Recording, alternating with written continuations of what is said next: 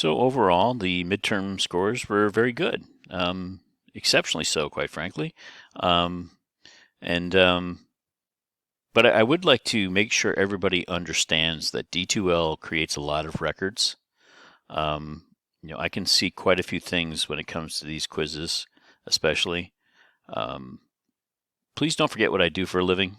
I can see when someone has a 30-question quiz and they finish it in less time than it would take to actually read the questions.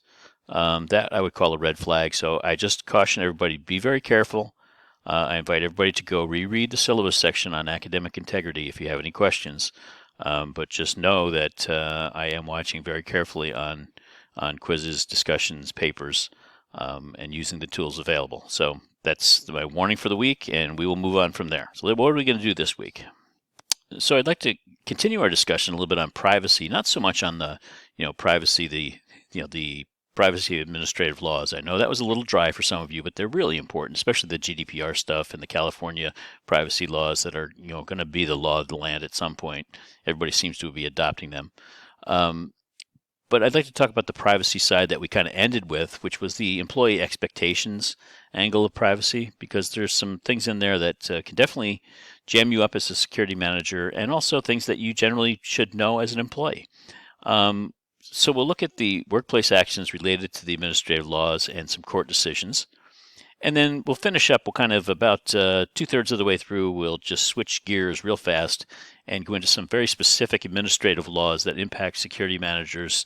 I've got two of them in that I just want to make you aware of, but they give you a flavor of the types of things when I'm talking about administrative laws that really do impact security managers, and you really need to understand the ones that are general and the ones that will impact specific industries that you may work in.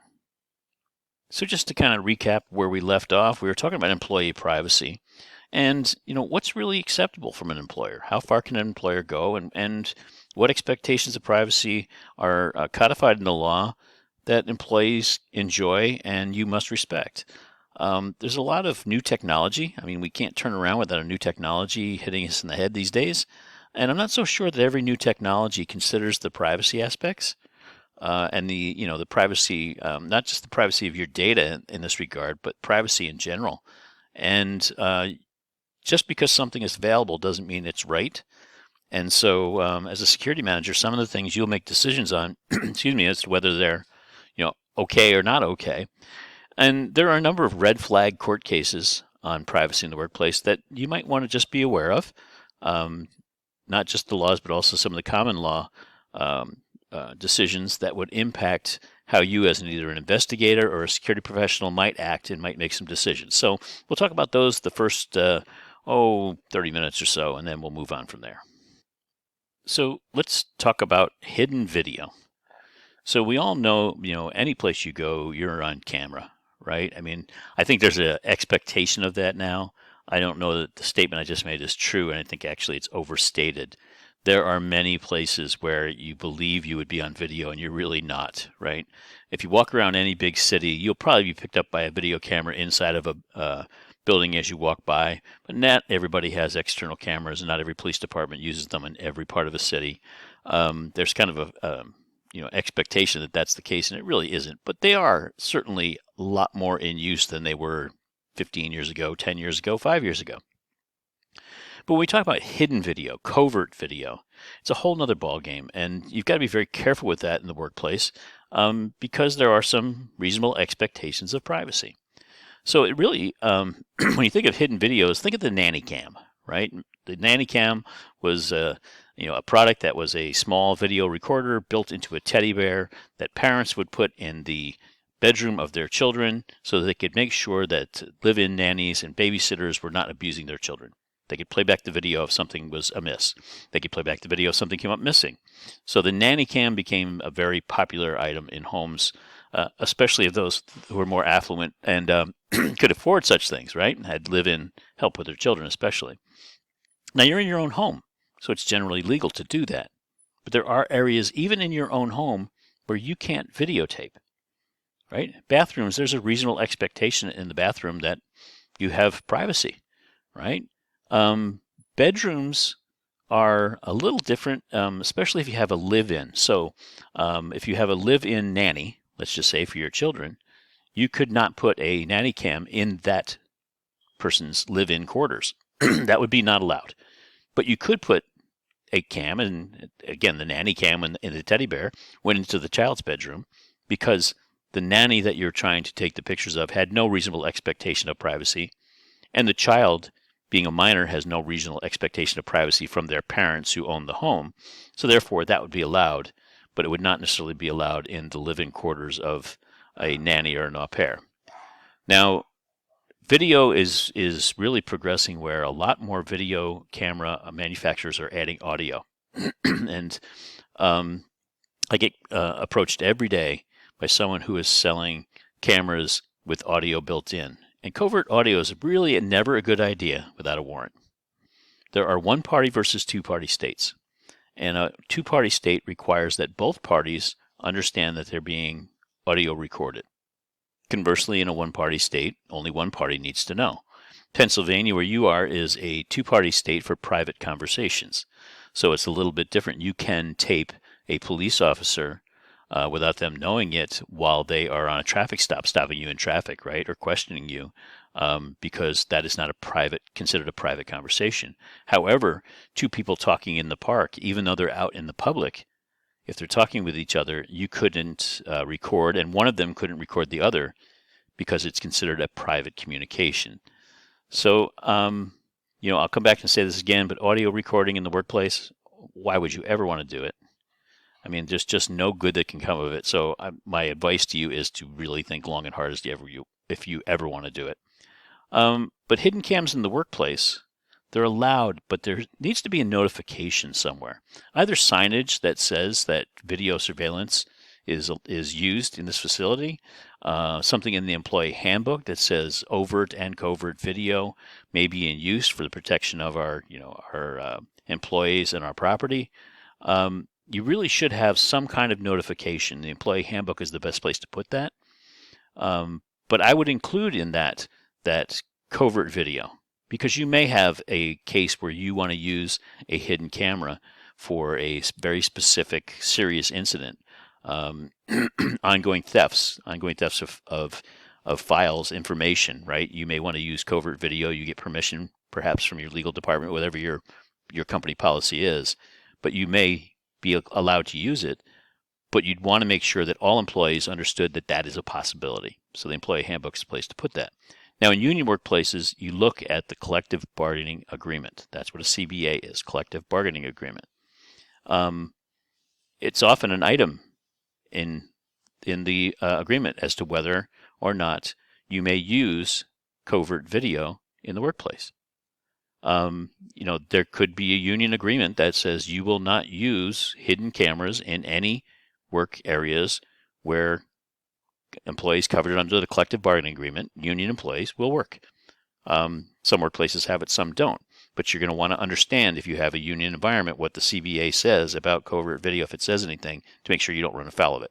And then getting back to repeat myself a third time, audio recording in the workplace, seriously, just let it go. It's not worth the juice is not worth the squeeze on that. It's just too hard to prove the provenance of the audio and to show that the other persons who may have been recorded were aware of the recording. It's one of the newest things that's popping up in workplaces all over. I mean, it's been around for quite some time, obviously, though, is GPS tracking. And GPS tracking has been around forever. Obviously, we use it with our mapping programs, to get from point A to point B. I think I would follow my GPS. If it said take a left turn into lake, I'd be swimming somewhere because I just follow it wherever it tells me to go. But GPS tracking for work purposes is becoming more and more an issue. And it's being used to understand sales and sales calls, right? So if you have a mobile sales force who is supposed to be going out and stopping at convenience stores, perhaps to show people the product line that you have, because you sell batteries and they're at the end cap at the convenience store, right? And you want to show them these new batteries that you have available, and they're cheaper than the ones they're using, better than ever ready. You want to show it to them. You may want to use GPS tracking to show how many times did somebody stop at a convenience store to detail it, and what are the sales that's associated with that. Is that the best way? Is it going in and talking to the manager, or is it sending them literature, which will be cheaper? So it's a metric kind of thing. Now, geofencing is used if you have a territory and you want to keep somebody in that territory. Certainly for trucks that are moving precious cargo from one place to another, you put a geofence, you put a route on them, and they stay on that route. I have more than once, and I think you've heard me say this, had to track down truck drivers who had gone off the route because they were going to visit a friend while they were on the road and went off the route, and the geofence alarmed and told us they were off track, and we had to go and get them back on track. But geofencing can also be used for emergency notification systems. If you have a big global employee base, you may want to have a geofence set up if you have an emergency. So if there was a bombing in Paris downtown, my company can set up a geofence around the bombing area by, say, 3 miles, 4 miles, and then send out a signal to those employees who have opted in to emergency notifications, and specifically send them a note saying, do not go toward this building. There was a bombing in that building. And you're close enough that you might just wander for some reason to that place and you want to get away from that place. So we have an opt-in, which is obviously permissible, but some companies may want to have an emergency notification system that's not opt-in. We want to know where you are all the time so we can make sure that you are safe. So they can be connected to that. Safe routes for cargo, kind of like I said with the geofencing, that's not necessarily safe routes as much as it is the most efficient route sometimes, but also safe routes. If you know where a truck is and you know that there's a tornado sighting 10 miles ahead and you're a trucking company, you may use the GPS to say, call that truck driver and tell him to stop, seek shelter, turn around, use a different route, whatever. Access control systems via location are actually becoming a thing, and I don't care for them much, but basically if you have an access card to get into a building and you also have your cell phone with you, your card will only work if your cell phone is also within the grid square of that facility you're trying to access. It keeps it from, if you lose your card and you are in 10 miles away and your card's trying to be used to get in a building, it says, no, I need both the GPS location of the telephone that this person has and it matches up with their badge so that I know that they are at least there in that general area. And then companies are using it more and more for efficiency monitoring for deliveries. So, the folks at Amazon certainly don't want to have 3 or 4 Amazon drivers running into each other in the same neighborhoods. And so using GPS tracking, they can monitor that to say, how come everybody's congregated over here? Did somebody get the delivery spread wrong where we didn't put, we overlapped neighborhoods too much and we've got too many people in one place. We could have put all of this on one truck and saved amount of time and money in our deliveries. So it's being used for all those purposes, but does it need to be is the question. So as you said, you can use GPS for all those things, but who owns the vehicle? Is the vehicle that you're putting the GPS on, does it belong to the individual? Is it their personal vehicle? Is it leased by the company? Is it leased by the individual and the company reimburses them for that lease? The ownership makes a difference. And you'll see that in a couple of court cases. Geofencing. I mean, do you need it after hours? If a person is not traveling, if I travel somewhere, could somebody tie in my travel record because I do have to book my travel with a company travel agent, and that's to get the best prices on tickets. So let's just say I'm going to Dublin. I go to Dublin fairly often, not every year, but most years I'm somewhere in Ireland, right? When I book a ticket and they know I'm going to be between, say, June 1st and June 15th, I'll be in Dublin, then could we not turn on my geofencing in Ireland during those 2 weeks? Certainly, that could be arranged. You don't necessarily need to have it on all the time. And after hours, again, is it really the company's business where I might be? It's a matter of necessity. Just because you can doesn't mean you should. Can we assume location on emergency notification systems? Again, when I'm traveling.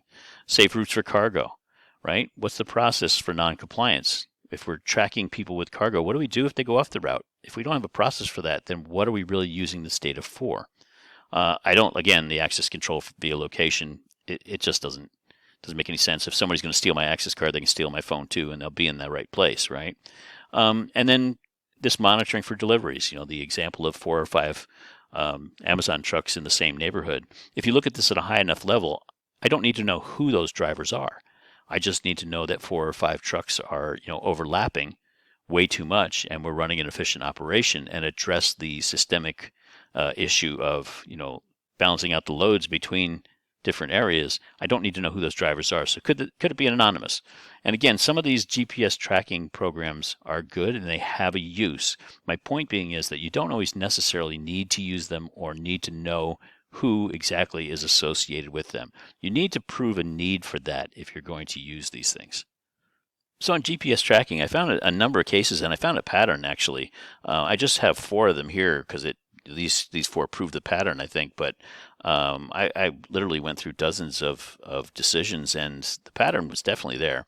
The first one is Tubbs versus Wind Transport. It's a 2007 case. And Tubbs was employed by Wind Transport, and Wind Transport put GPS on his vehicle without his knowledge. And Tubbs sued Wind Transport, saying they invaded in his privacy because he was not aware that there was GPS on the vehicle. The decision was very swift. It was very clear. The court said, no, Wind Transport owns the vehicle. Wind Transport has a vested interest in knowing where that vehicle is at any particular time as the owner, and Tubbs has no standing. We're not invading your privacy if we're tracking our own vehicle. So GPS tracking on a company vehicle is certainly allowed. It would have been nice, quite frankly, if they told Tubbs that. Maybe whatever he did that probably got him into trouble and brought the case forward wouldn't have happened had he known it was there. But nonetheless, it is perfectly legal for a owner of a vehicle to track their vehicle, and a company can be the owner or leaser of that vehicle. Now, in U.S. v. Jones is a police case where Jones was a suspected drug trafficker, and the police put a GPS tracker on his car, and they used evidence from that GPS tracker to convict him. And the court found that that violated Jones' Fourth Amendment rights to search and seizure, and he was released from prison. He was totally exonerated. Now, let's think about that. A search. Is a GPS really a search? When I think of a search, I think of a search of records. I think of a search of going through your property, going through your purse and your suitcase and, your house, that type of search. With a GPS, you were receiving information, but you really weren't putting your hands on anything. But still, the court found that without a warrant, this was an invasion of the privacy of Mr. Jones by the state, which is covered under the Fourth Amendment to the Constitution, and therefore Jones was released. So we have the private owner being able to track a vehicle. We have the police needing a warrant in order to track a vehicle that belongs to someone else. Now, in Cunningham v. the New York Department of Labor 2013, Cunningham was a director I think it was organizational development, if I'm not mistaken, with the New York Department of Labor, New York State Department of Labor. And the Department of Labor tracked his personal vehicle, including 2 weeks while he was on vacation out of New York State. He was in Massachusetts for 2 weeks of the tracking time. And they used that information to prove that he was falsifying time records as to where he was when he was supposed to be keeping track of his whereabouts and his work for the state. Cunningham sued, and the court found that indeed the employer in this case, because they were using it to prove or disprove claims made by Cunningham on his time records, the court found that the state was allowed to use the GPS records, and Cunningham was terminated from his state employment. Now, in U.S. v. Katzen from 2013, Katzen brothers were basically suspected of a chain of robberies, and the police put a GPS on their tracker on their vehicle. And again, the charges were ultimately dropped against them because the court decided this was a Fourth Amendment violation on the part of the police.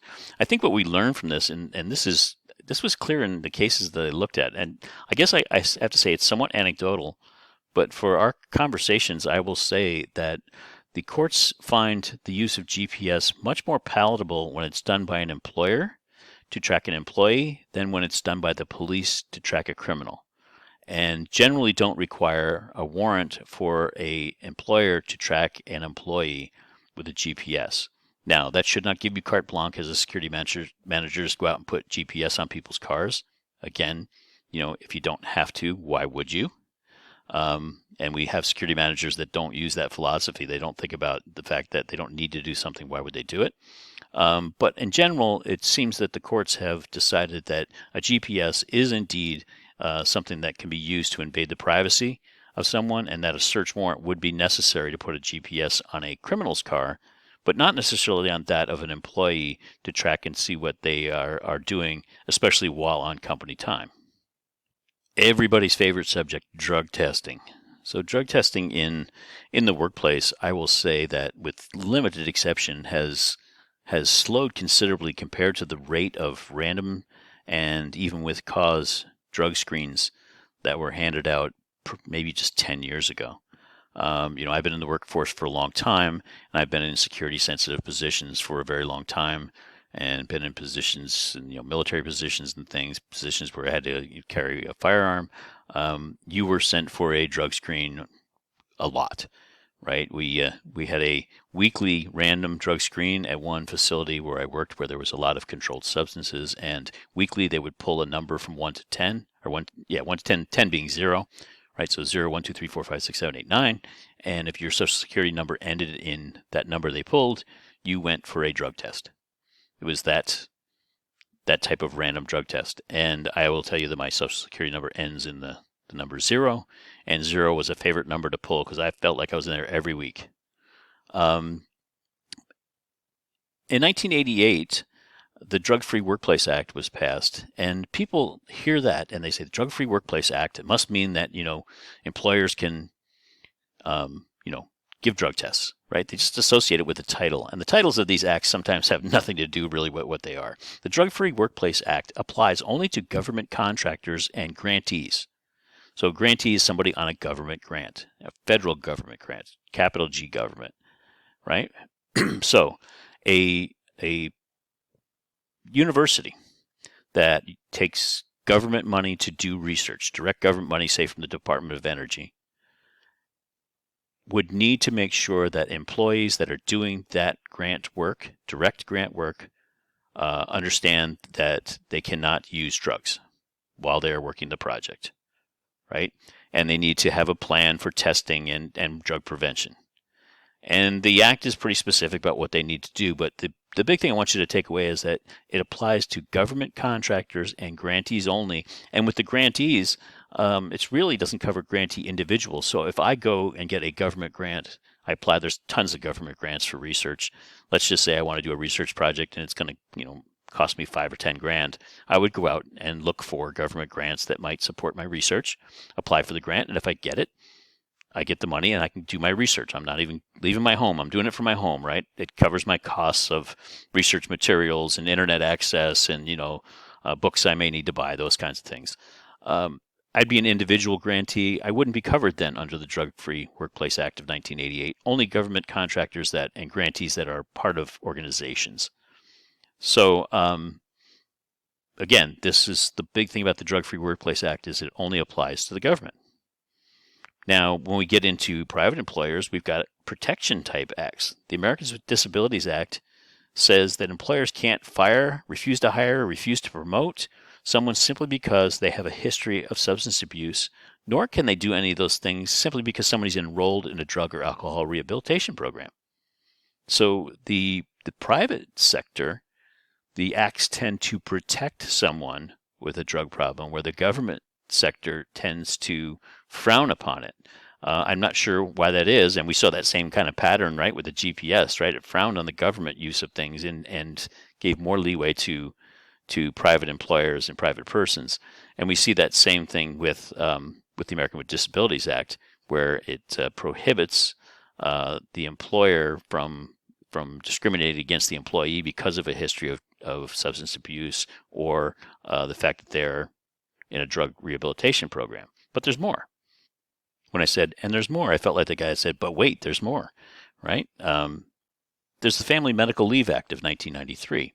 And some of you may be familiar with this act. And basically what it says is that an employer must grant up to 12 weeks of leave to anyone who is addressing medical issues once those issues are verified by a medical authority. So it was written in the spirit of, I think, someone who gets cancer, right? You get diagnosed with cancer, you need treatment, you go for your treatment, and 12 weeks. I'm not sure what the magic number is there, but let's just say you go for chemo and you come out and you're great, and 10 weeks later you're ready to come back to work, right? You can still be being treated, but you're ready to come back to work. The company must hold your position for that long. If you've applied for family medical leave through the proper channel and you have a doctor's approval to do so, a company must honor that and must give you that leave. They don't have to pay you. Many companies do. Mine does. But many companies don't. They don't have to pay you, but they must protect your job for that medical reason if you filed for that leave and you've proven you can get it. It applies to family members' leave conditions too, by the way, and it can be intermittent. So I had an employee who got kidney stones quite often. I'm not sure it was hereditary or dietary or what, but he would get kidney stones. And he had Family Medical Leave Act for kidney stones. So he would call me on a Wednesday night and say, "Boss, man, I got it bad." And these attacks would last him, 10, 12 hours. I knew he wasn't going to sleep. These things are quite painful from what I understand. And so he would take the next day off. And that 12 weeks is, essentially 60 days of time off for these ailments. And it can be renewed each year. I'm not trying to get anybody to go and do that so they can get extra time off. But it applies to most workplaces and full-time employees. But it also applies to treatment for substance abuse. So now not only are private employers, are employees protected from discrimination on hiring, promoting, based on their past drug use or their current enrollment in drug treatment or alcohol treatment programs, but they can request time off from the workplace to go to that treatment, and the employer must honor that. The National Labor Relations Act of 1935, and as amended, talks about drug testing, and for union employees, it must be an agreed-upon condition in the collective bargaining agreement. And don't assume that it's there. The professors at Slippery Rock are part of a union, and I looked at our CBA. I saw nothing on drug testing. And I think it's been taken out of many union contracts as a negotiation item. It's put in by a company, and then when they need to make a concession, they take it out, right? You put in things that you can drop later, so you can get a little bit of leverage in the bargaining agreement. But in a union environment, I would be hard-pressed to find too many union agreements that agree to drug testing for the workplace. What does all this mean?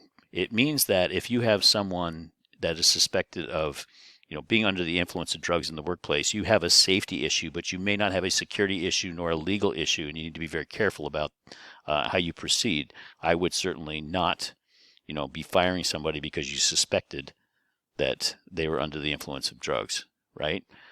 You need to understand your collective bargaining agreements. You need to understand whether or not they are on the Family Medical Leave Act under treatment. You can't know that, but your occupational health people can. But I guess as a security manager, you don't want to make a snap decision and say, "Oh, this person's under the influence of drugs. I need to get them out of here," because they are very protected in the workplace, unless they are a government contractor, and even then, you'd still need certain proofs. So drug testing in the workplace is something that's kind of going the wayside simply because of those 4 acts and how they interact with each other. So another big one, social media monitoring. Why do companies even want to bother monitoring somebody's Facebook, Twitter, whatever, right? Instagram, whatever other social media. And there are tons of social medias. Those are the big ones that everybody knows. But, social media, well, Reddit obviously is another one that's come to more light as it's getting ready to go public. But social media can be simply a blog or a chat room, dedicated to people who collect toy trains. It's still social media. And companies can monitor those to make sure that their reputation is not being damaged by things that are said, especially by their own employees. They can look for anti-competition and client stealing. So if I worked for company A and I now want to go out on my own, I may want to steal some of company A's clients, take them for my own to start up my business. They can watch for that type of interaction between people. Advertising to do services that you do for the company to direct clients. Certainly they can look for proprietary information that you may post in social media and misinformation. And the release of sensitive plans and financial data, obviously, the day before a stock is going to report its earnings. If employees went out on social media and said, hey, it's going to be a really down day for company B tomorrow because they missed earnings and revenue, you can imagine the manipulation of the stock. So companies certainly monitor for all those things and anything really that may impact the workplace, including things that you may say on social media that may have hate involved, right? You're entitled to your opinion. You're not entitled to preach hate, right? And we all know that. And so companies can monitor social media for those things. And it's a very slippery slope about whether or not they need to keep you if they disagree with things that you say. Certainly they wouldn't want to target people for political leanings, although I'm sure that happens. But if it impacts the company and your political leanings are such that you detract from the image of the company, then they have a dog in the fight. And that's why they monitor social media. But there's a couple of good cases to look at in this as well. So one that I found kind of interesting was Shearer Design Group versus Ahead Engineering. And Shearer Design Group is a larger company, relatively speaking, and Ahead Engineering and Farfield Telecom were two companies that were formed by former employees of Shearer. They left the company and were having conversations via Facebook, private mode, with clients of Shearer to try to lure those clients over to their new companies, right? They took their skill set that they had with company A, the big company Shearer, and they used that to form their own companies, and they were talking to people on Facebook in private mode.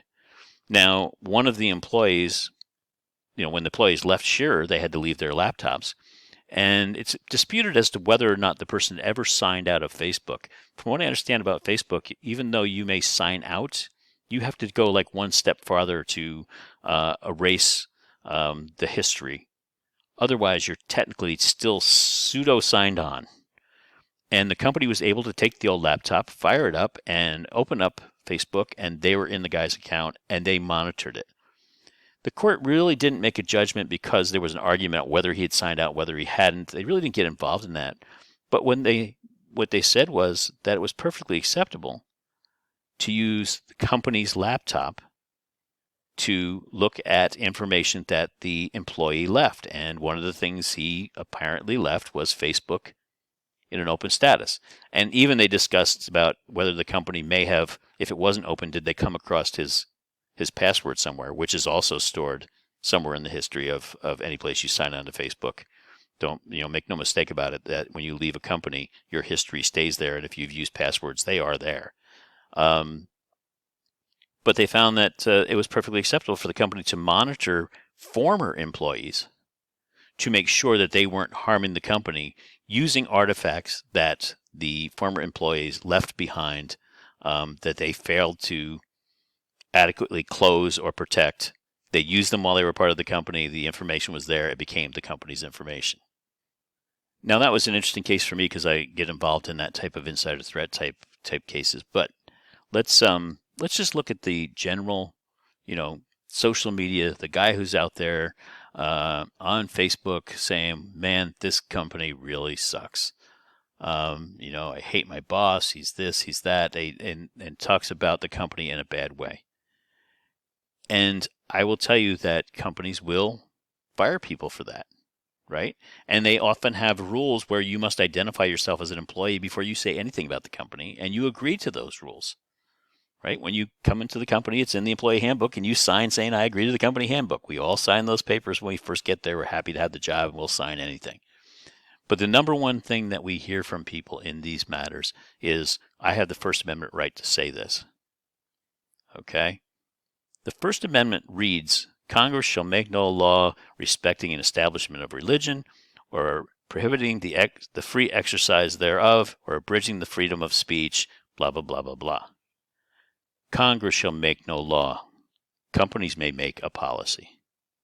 What you say on social media may be prohibited by your own company policy. And it is not First Amendment rights. The government cannot arrest you for saying things unless it's insightful or seditious. But a company can dismiss you for things you say on social media. Remember also that almost all employees in America today are at-will employees.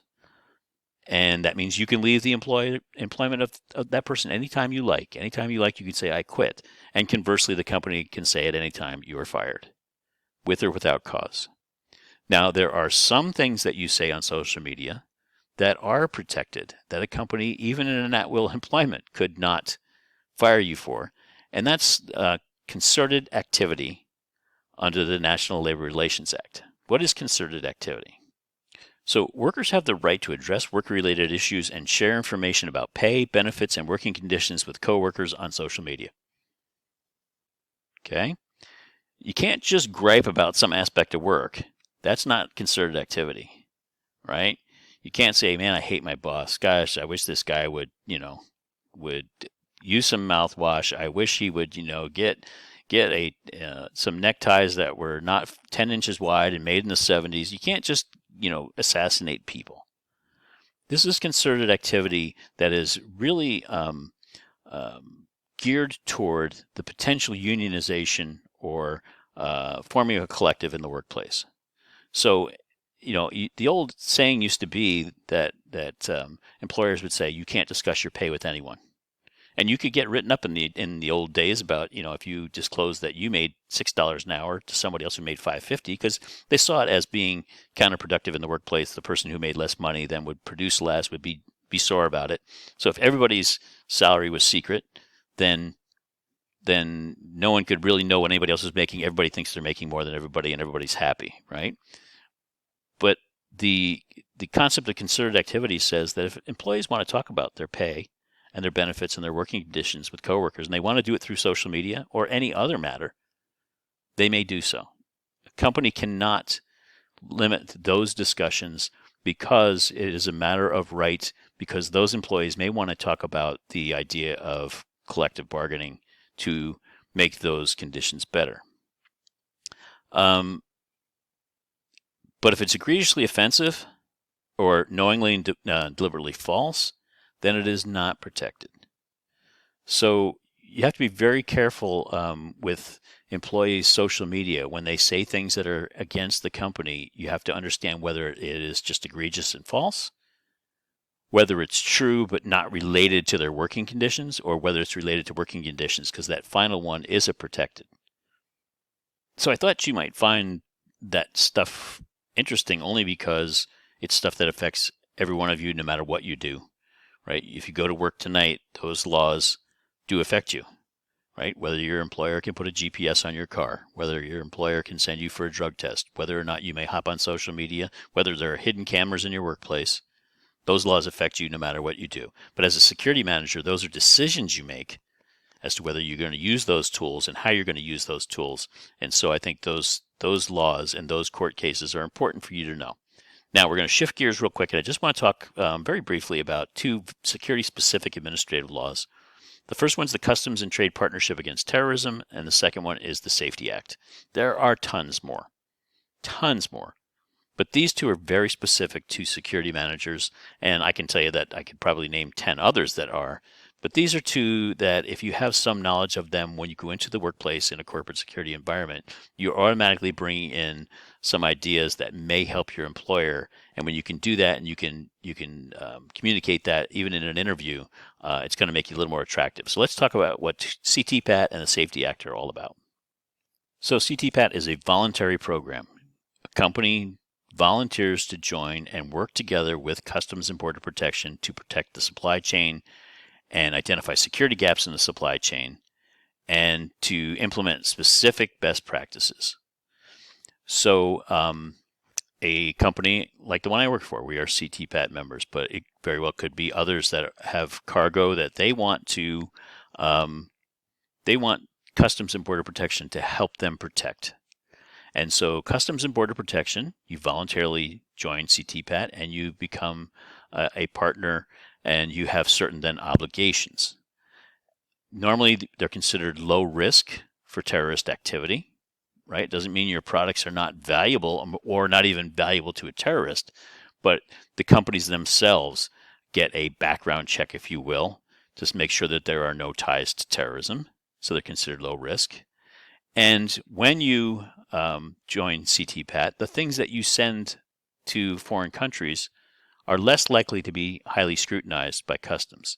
They know where they're coming from, and therefore they kind of go on a bit of a fast track. The CTPAT extends the zone of the U.S. border zone to the business point of origin. And by that I mean, if you have products that you want that are CTPAT certified, right? If you're CTPAT certified, you make your products in your factory. You keep them under your control. When they are finished, you put them into a secured area that is under certain control that Customs and Border Protection approve. It could be a cage of some kind. It could be under video surveillance. It could be an alarmed area. Could have guards on it, depending on what they tell you that you need to do to protect that product. When the product is ready to be shipped, it is picked up by a CTPAT certified carrier. FedEx, UPS all have CTPAT certified facilities and people, and they come and they've been screened properly, and they come and they pick it up and they take it directly to the airport or the port or the wherever the point of disembarkment from the U.S. is. And it doesn't need to go into the customs house to be put in line behind everybody else's stuff. If it's been marked by CTPAT, if it's coming from a CTPAT certified facility, it's being carried by a certified CTPAT carrier, it gets to the airport, and if that pallet of drugs, in my case, right, medicines, is going to Guatemala, and there is a flight going out that's going to Guatemala or connecting to Guatemala, it can go directly onto the plane and not have to go through additional screening. They have extended the border zone to say that my factory is technically, that cage in my factory is part of the border zone. Anything that's already in that cage has already been inspected and approved for border. So it extends the border zone to the business point of origin.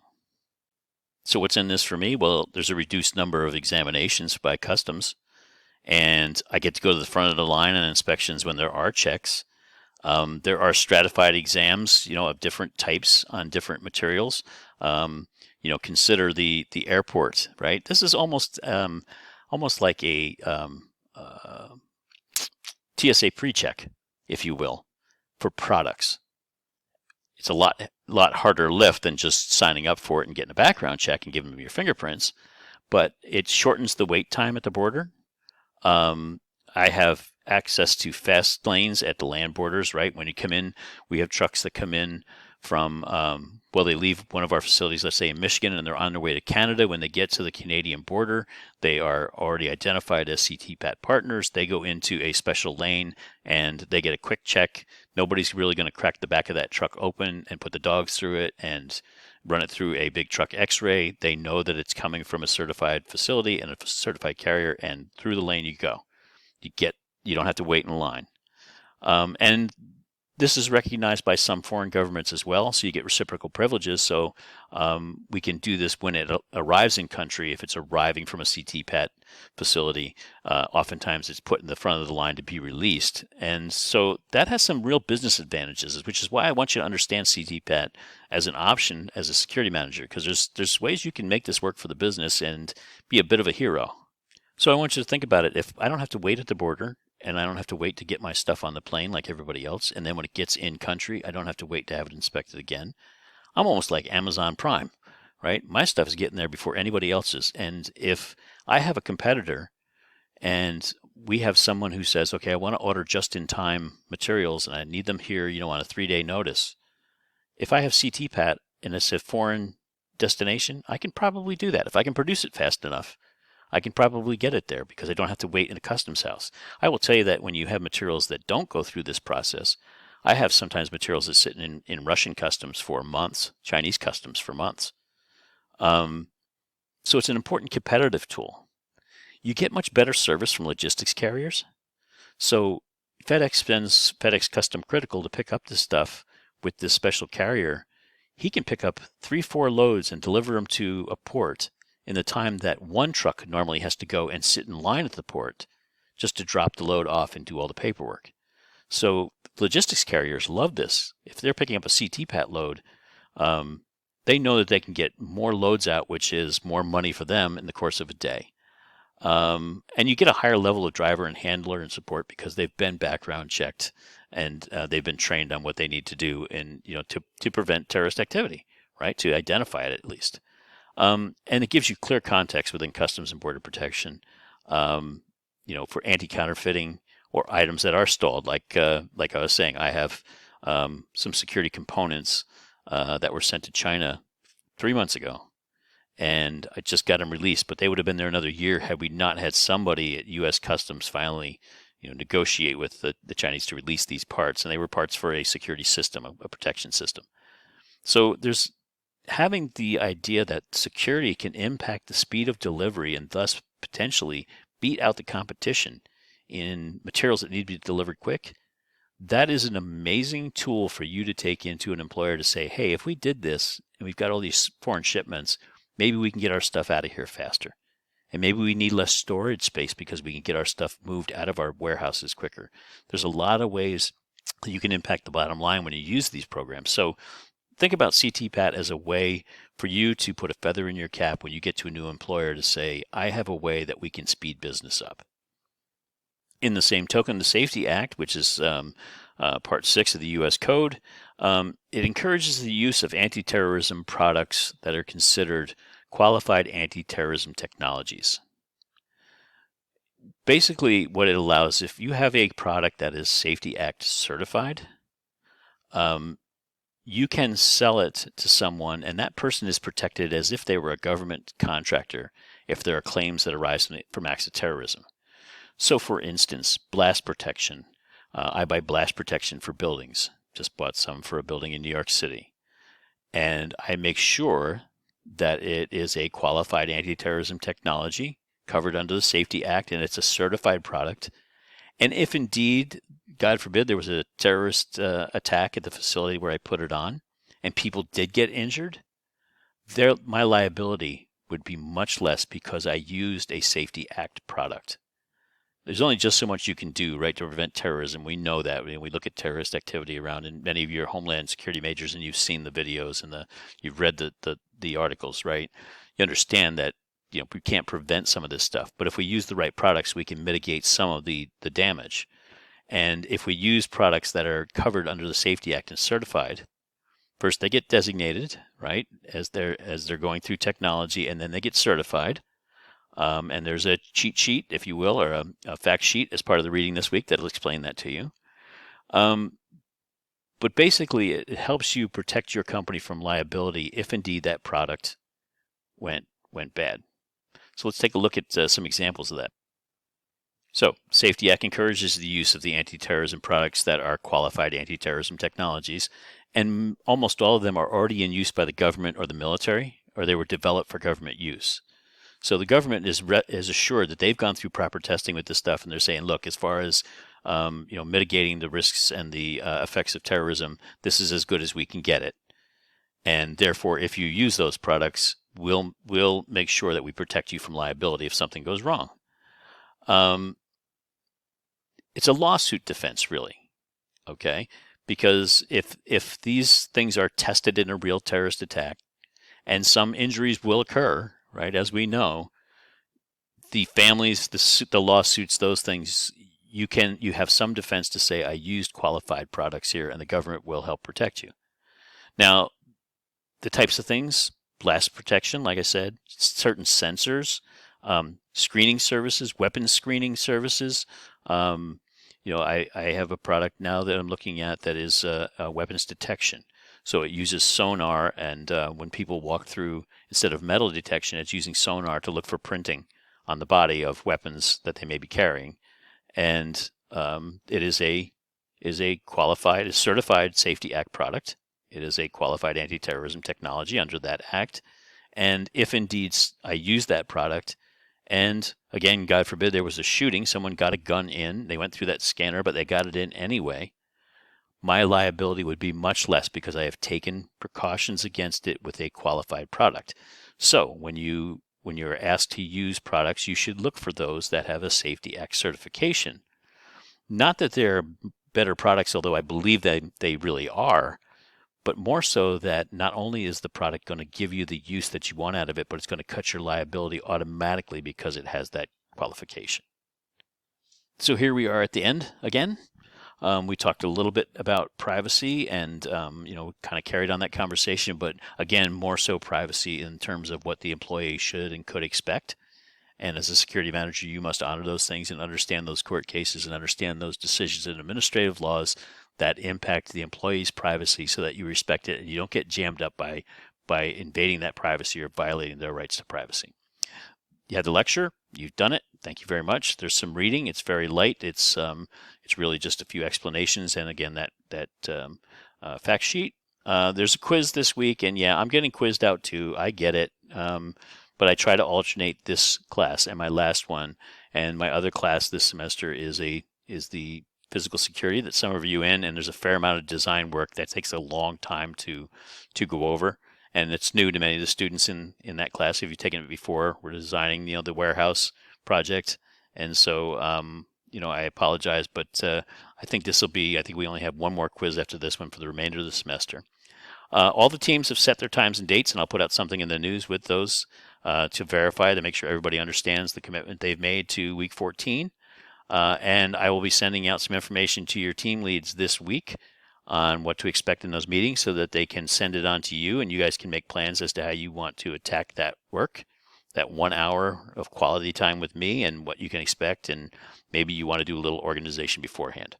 So with that, everybody have a great week. If you have questions, if you have concerns, you know where to find me. Please don't be afraid to reach out. I know many of you do.